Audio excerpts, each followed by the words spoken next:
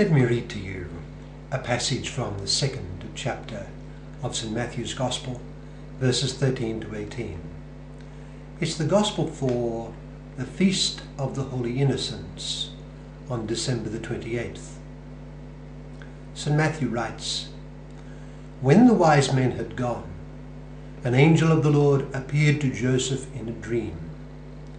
'Get up,' he said, 'take the child and his mother and escape to Egypt. Stay there until I tell you, for Herod is going to search for the child to kill him.' So he got up, took the child and his mother during the night, and left for Egypt, where he stayed until the death of Herod. And so was fulfilled what the Lord had said through the prophet, 'Out of Egypt I have called my son.' When Herod realized that he had been outwitted by the Magi, he was furious, and he gave orders to kill all the boys in Bethlehem and its vicinity who were 2 years old and under, in accordance with the time he had learnt from the Magi. Then what was said through the prophet Jeremiah was fulfilled. 'A voice is heard in Ramah, weeping and great mourning, Rachel weeping for her children and refusing to be comforted, because they are no more.'" That's from Matthew chapter 2, verses 13 to 18. It speaks of the Holy Child, Jesus. What do I mean? Well, let me begin this way.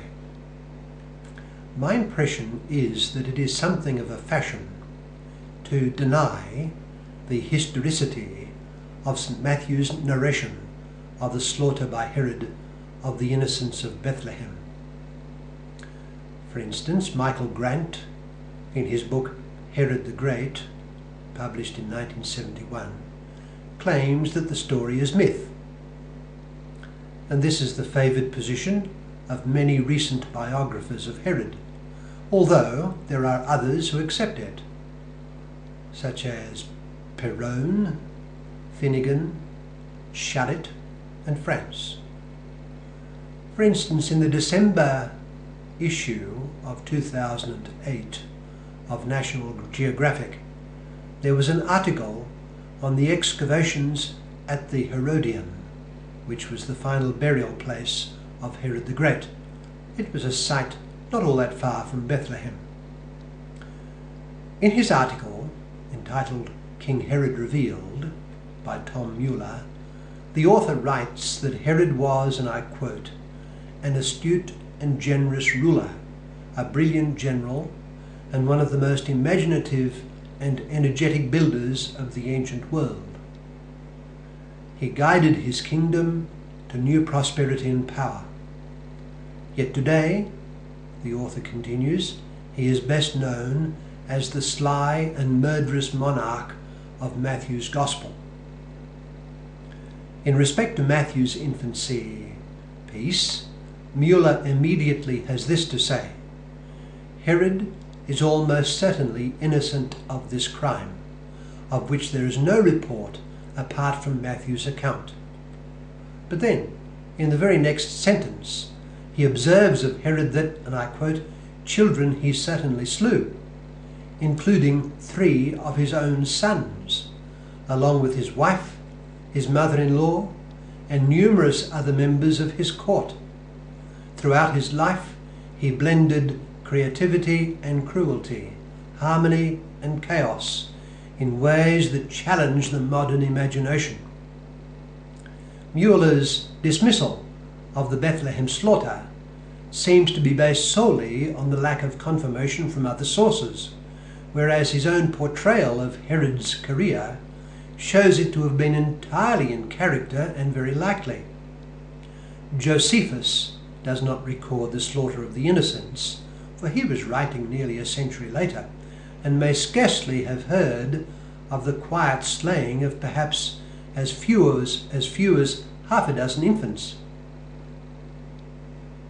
Josephus does, however, record a number of ruthless murders by Herod in order to keep his throne secure. There is no need here to go into the sordid details. Suffice it to say that the slaughter of the innocents may have been one of the last of a notorious pattern in the great Herod's blood-stained and cunning career. In respect to Bethlehem, it seems that the first non-biblical historical reference to the town of Bethlehem appears in the Amarna letters of about 1400 BC from the local governor in Palestine to his overlord, the Pharaoh of Egypt. Bethlehem is first mentioned in the Bible as the place where Rachel died, an event that would have predated the Amarna letters, of course. And Rachel was buried by the wayside, we read in Genesis chapter 48. According to the book of Ruth, it is where Ruth and Naomi settled, and where Ruth married and became the ancestor of King David. Bethlehem is the birthplace of David. So Bethlehem had a long and profound religious aura in the religious culture of God's chosen people. And it was there that our incident of today's gospel occurred, Matthew chapter 2, verses 13 to 18. 1,000 years earlier, the scene had been visited by Samuel, the prophet and judge. There he was guided by God to anoint David, the ancestor of the Messiah. And with that, the Spirit of God came upon David. We read in the first book of Samuel, chapter 16, verse 12 to 13. It was a pivotal event in the history of God's people, and it happened in the quiet backwater of Bethlehem. I mention all this as an introduction to the account provided us by the Spirit of God inspiring the Apostle Matthew to tell us the story. An event of cosmic proportions took place, and few knew of it. God became man in a quiet corner of Bethlehem. Some were told of it, though, and by heaven.